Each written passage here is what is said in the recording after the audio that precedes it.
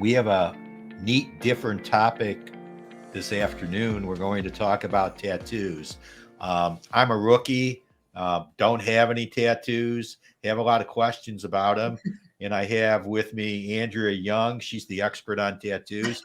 Andrea, tell me, what do you know about tattoos? And then maybe you can introduce our guest and Tammy from our office, who has some expertise also. Hi, Chuck. Well, I don't know a lot about tattoos. I got tattoos when I was younger, and like I'm sure we'll hear, probably regret most of them. But I'm looking forward to hearing more. So we have a very unique guest on. I'm very excited to hear what he has to say. And we'll have Tammy bring him in because Tammy has some background with this individual. So, Tammy, looking forward to hearing more about your guest. Hi, guys. So I have many tattoos, as you have explained. Our guest is Monk from Infinite Art. Monk and I go way back, but I think he would be best at telling that story. So I'll leave that up to him. Hey, Monk. Howdy. Yes, we do go way back. It's like you worked for my divorce attorney when I was going through that whole mess. Oh. So I talked to Tammy quite a bit because I learned that asking her questions didn't cost money. Yep, we conversed a lot. We did. And Tammy helped me through a very rough patch of my life. So we got to know each other quite well. And then she eventually became a client. Yep. And she's gotten a lot of tattoos since then. So, Monk, could you tell us a little bit about your current business? And then I have some questions about that. And then I think it would be interesting to tell your story, because it sounds, from my understanding, that you have a pretty nifty, unique story. But tell us about the business. I currently own Infinite Art Tattoo, located at 3930 Secor Road. We've been there since November of '94. We've been in that same spot since I've opened. Started off with me and one other guy part-time. We now have 14 artists, including myself there. So it's grown quite a bit in the time since we've started. When you were a little kid, did you plan on being a tattoo artist? No, I did not plan on being a tattoo artist. I wanted to be a baseball player or something of that, or a rock star, the dreams that all young kids have. Where did you grow up? Yeah, I grew up on Toledo on the east side. My dad was a railroader and my mom was a homemaker. So we grew up in that blue collar area over on the east side. And, I graduated from Wade High School and then went to college for a short time and then ended up opening my own business in '94 and never looked back. Been there ever since. So we're seeing a picture on screen that you've been professionally tattooing since 1992. Yes. How did that start? What's the story? Well, I've always been interested in tattoos, and I tattooed for a little while whilst going to college. There was a place on the east side that I worked for a couple of years, and racking up some debt. I'm like, I need to take a break. I'm going to just tattoo full time, pay this off, then go back to college. I ended up opening the business in '94 instead, never went back to college, and just went from there. So how did you learn your skills? Were you always an excellent artist? How do you learn to become a tattoo artist? Well, typically the tattoo artists, what they do is they serve an apprenticeship under somebody who's already an established artist. I didn't do that. I was pretty much self-taught. When I got into it in the late '80s, early '90s, it was pretty wrapped up and nobody was willing to come up with any information. You had to get an apprenticeship and I didn't.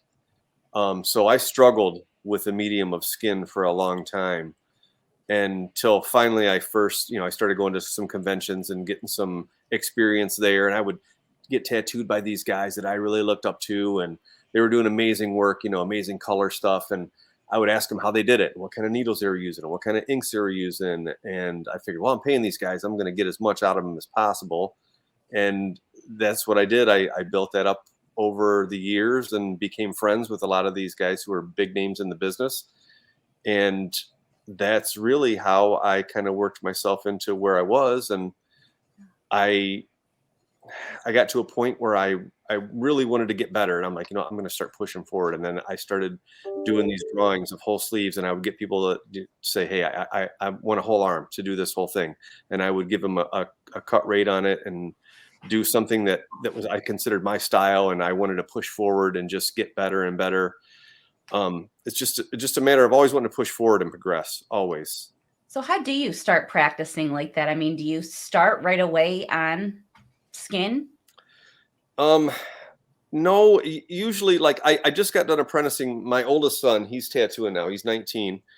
And what we started him with was he would come in and he would kind of shadow me. He would follow stuff. He'd start setting up the tattoo machines. He would pour the pigments out. I would tell him exactly what to do. And once he started like touching machines and setting up and that type of thing, I would have him tattoo on like, they sell like fake skins, but they're not really, it's not really like skin. And he would tattoo on grapefruits and different things like that just to get the feel of it. And then when we finally went into human skin, he's like, oh, this is much easier. I said, well, I told you, it's like skin is like a living, breathing thing, and you've got a living canvas there in front of you. And there's no substitute for that. There's no practice. So we did probably a month of like oranges, grapefruits, practice skins, and then we got them in on some volunteers to come in and do some simple tattoos on some skin. But that's normally the way that it goes when you figure out how you're going to delve into it. So in the 90s when you started, were tattoos as prevalent as they are now? I mean, tattoos now seem really mainstream. Well, before in the 90s, weren't they more of a cult sort of thing? Absolutely. Absolutely. I mean, years ago when I first got in it, people with tattoos, they had a stigma. You either were in prison, in the military, or you're some kind of freak. That's just the way that you were looked at, when I got into it. But then as I started getting into it, and I would specifically say I would go out of my way to be a nice person with tattoos, because I'm like, I want to change people's opinion on us tattooed folks. I would hold doors for people. I would say please and thank you, just using manners like overtly, almost like, I'm going to change people's perspective on that. And then later on, as the TV shows came in and everything, and it kind of took away the mystique and the back room, as it were, of like tattooing, people are like, oh, I could get tattooed. I mean, this doesn't seem that bad. I mean, but it definitely was more seedy when I first got into it, like in the late 80s and early 90s. People would really look down their nose at you. Nowadays, it almost seems if you don't have a tattoo, you almost seem to be in the minority. So what type of people do you have? I mean, you don't just have motorcycle gangs. I mean, you have grandmas and grandpas and stuff like that. I think the oldest lady I ever tattooed was probably 85. And she was a spitfire. She was just a ball of energy. I'm like, this lady, she's great. And she got these castanettas. I mean, but they come from all walks of life now. When I first started, I would say a lot of my people, definitely were like motorcycle enthusiasts. And there was a lot of people who were factory workers and stuff like that. But then as time went on, they're more professional, more white collar people, more, nurses and people in the medical industry, and just everywhere. They come from everywhere now.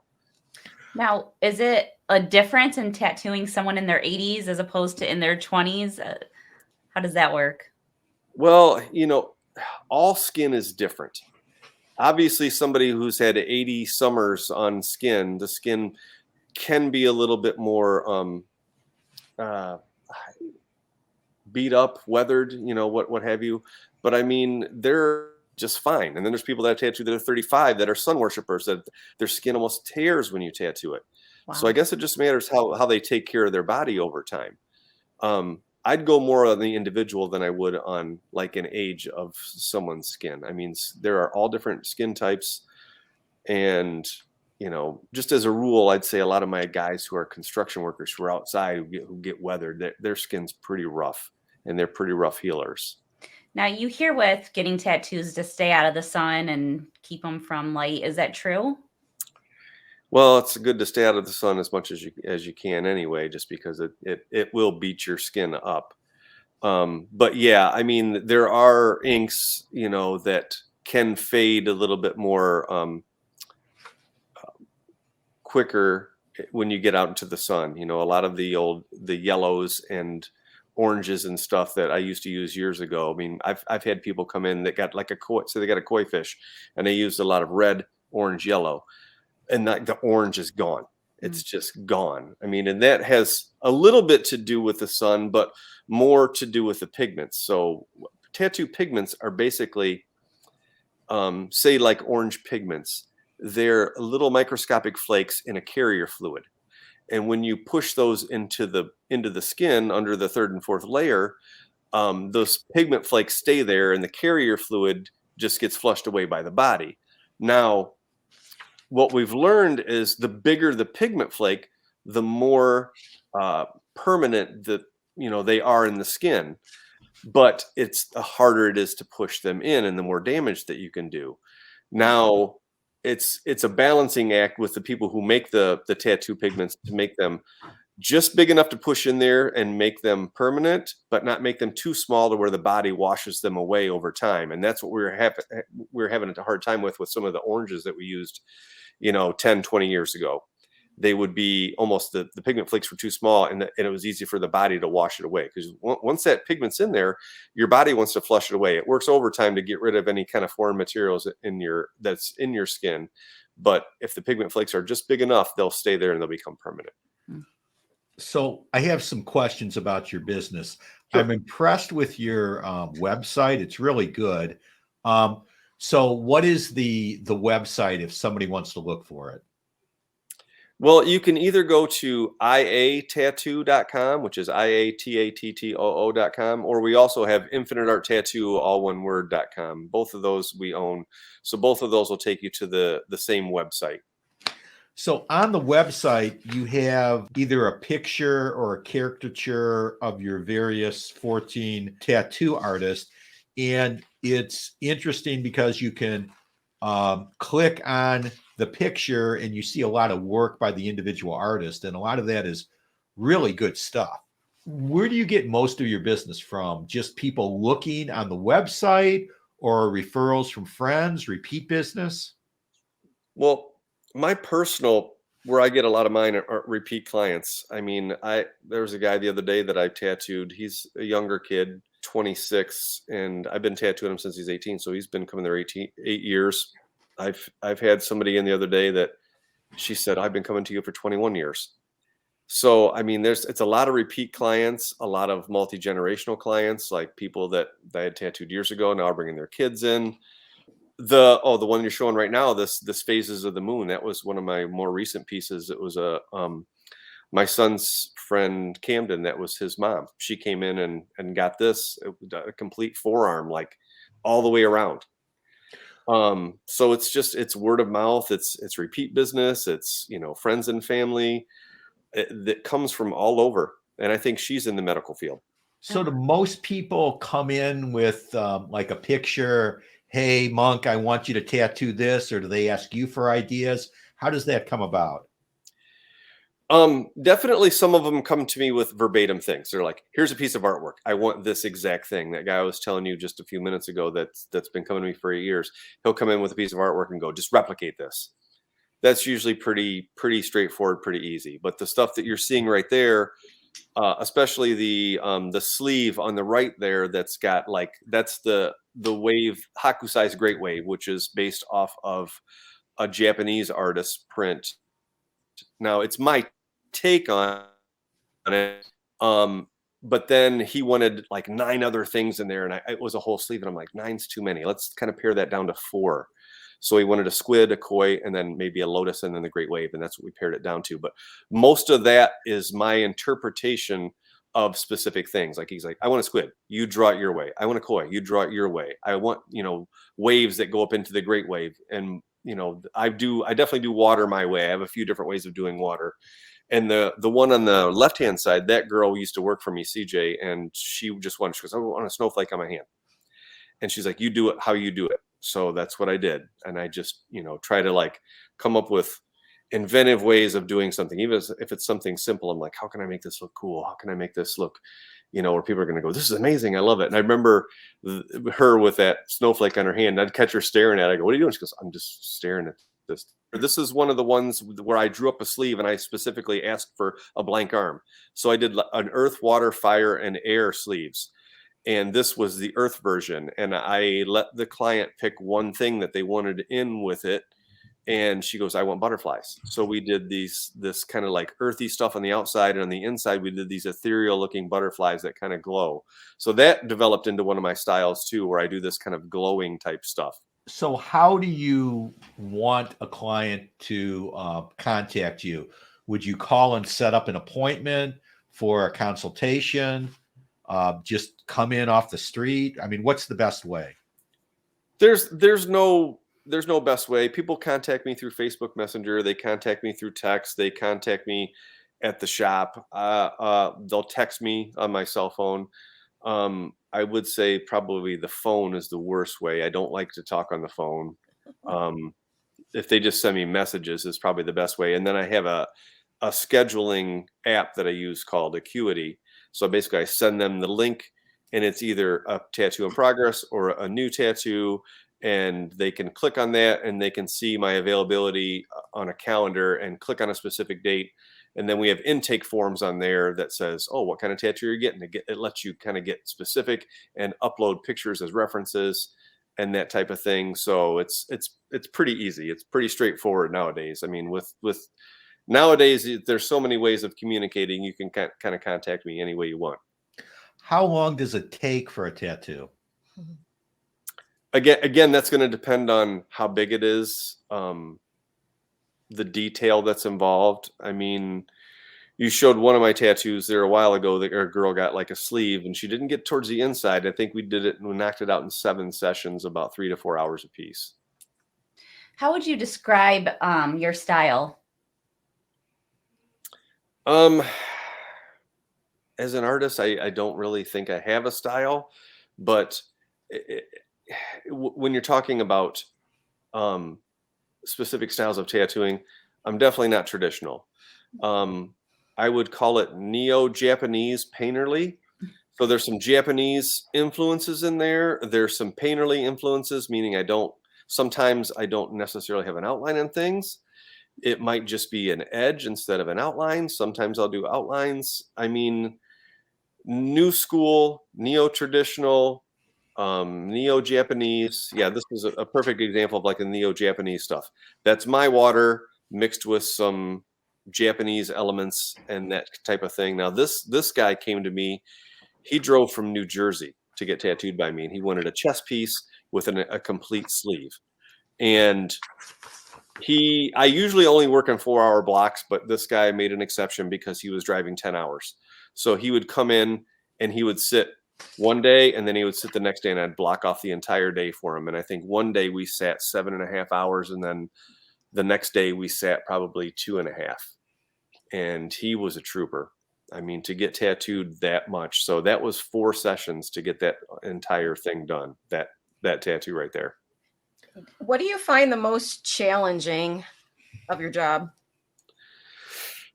Well, I guess the most challenging part is trying to please the client. I mean, it's a balancing act. I want to give them something that they can be proud of, but I still want to, kind of put my own kind of spin in that on things.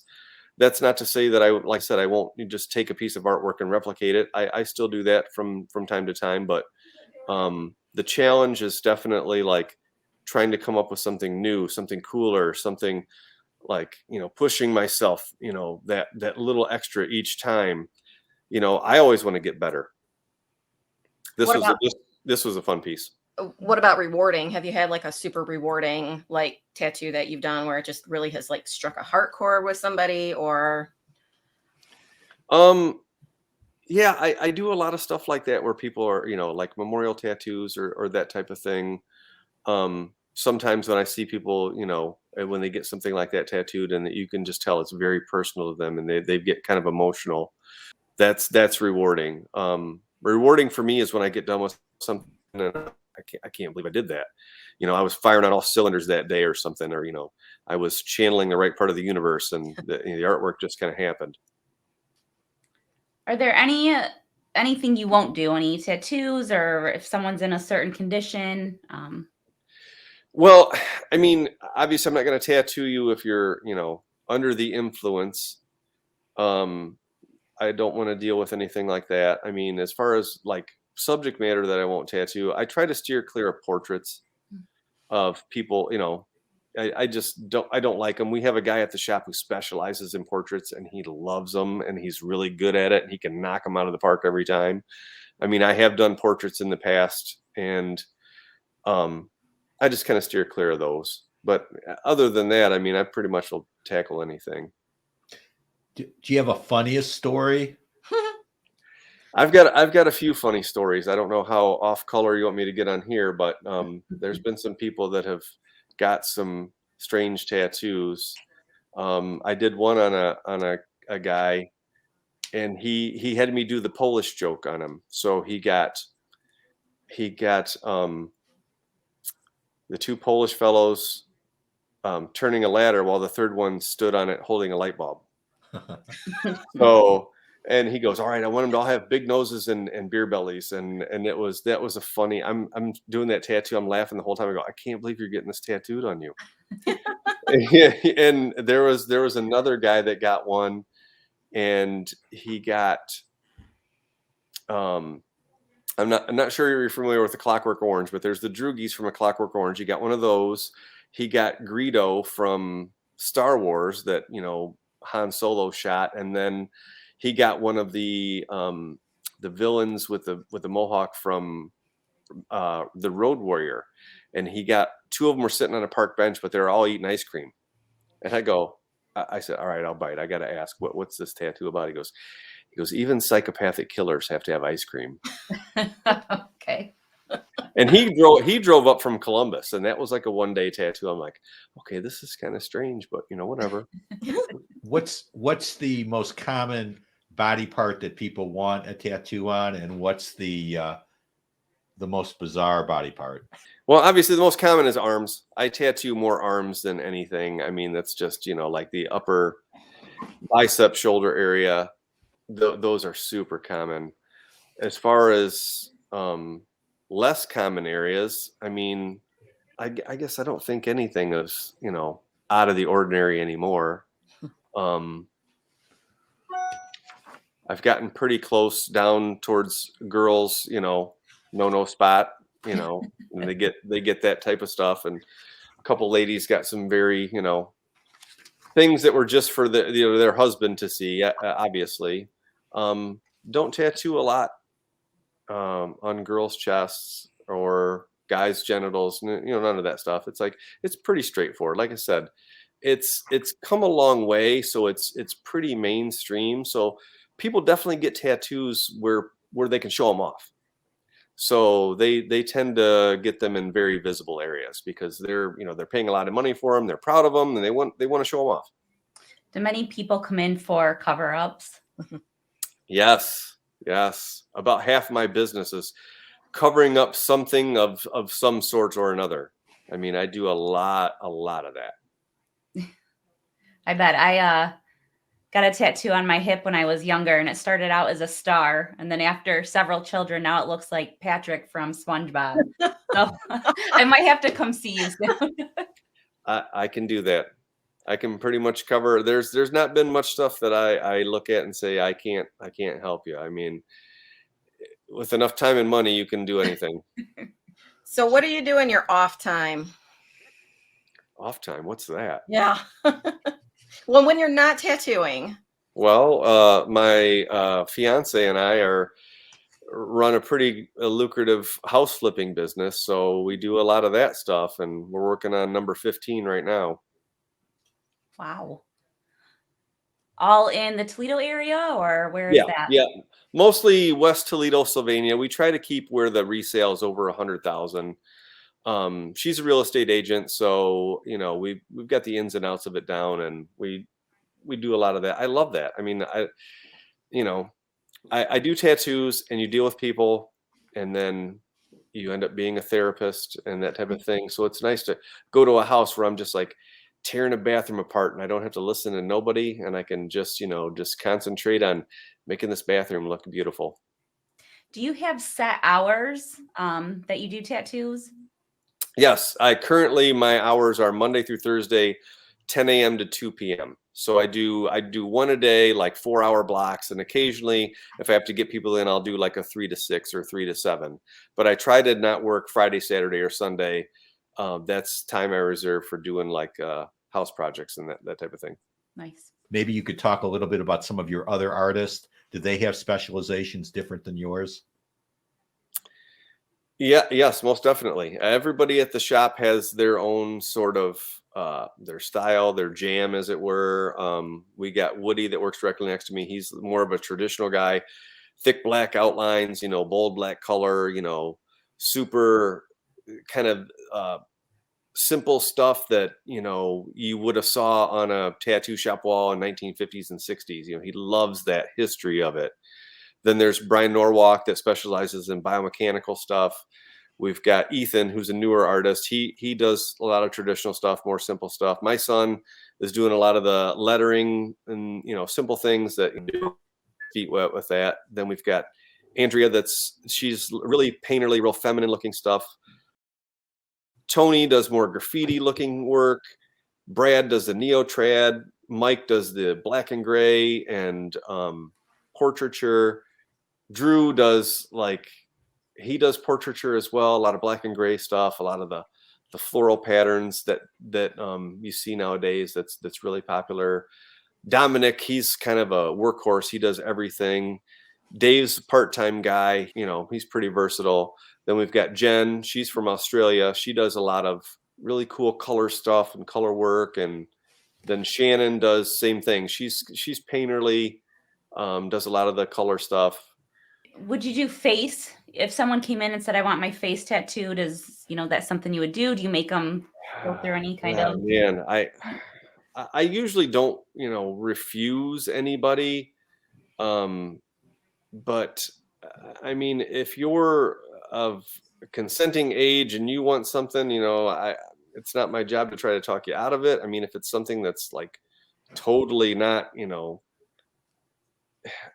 something that like, this is really offensive. I mean, I just won't do offensive tattoos, just anywhere on the body. But I mean, I would definitely make somebody think about getting something on the face. I mean, that's like right out there.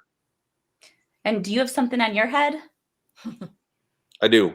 Oh, there it is. I got that when I was 21. Was that when you had hair? Yep. Well, my hair was about 2 feet long back then, and I had the sides of my head shaved. And I thought, well, if I don't like it, I can just grow my hair over it, not thinking there's someday I may not be able to grow hair.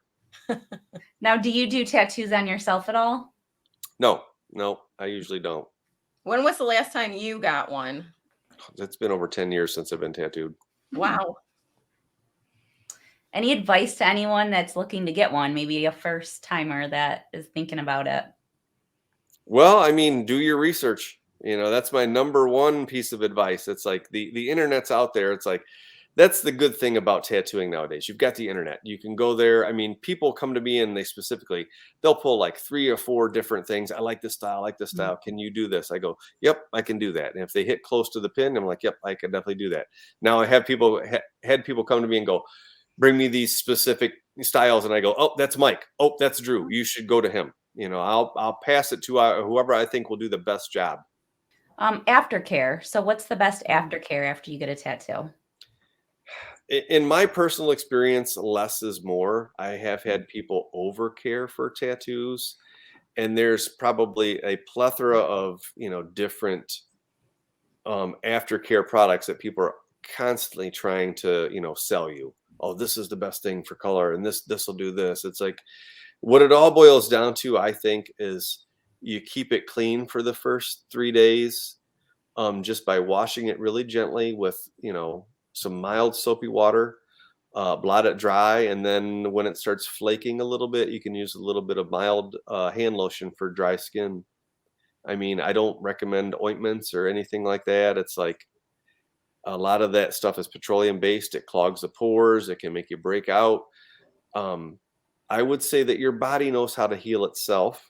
The less amount you can do to like interfere with that, the better off you are. Just let your body do its thing. Thank you. It was great seeing you. Good to see you. Thank you for being on. Yeah. Of course. Thanks for having me, guys. Thanks, it was Monk, fun. for teaching us all about tattoos. Yep. We'll have to have you in Any more sometime. questions, just shoot me an email. Thank you. Yep. You're welcome. Thanks, everyone.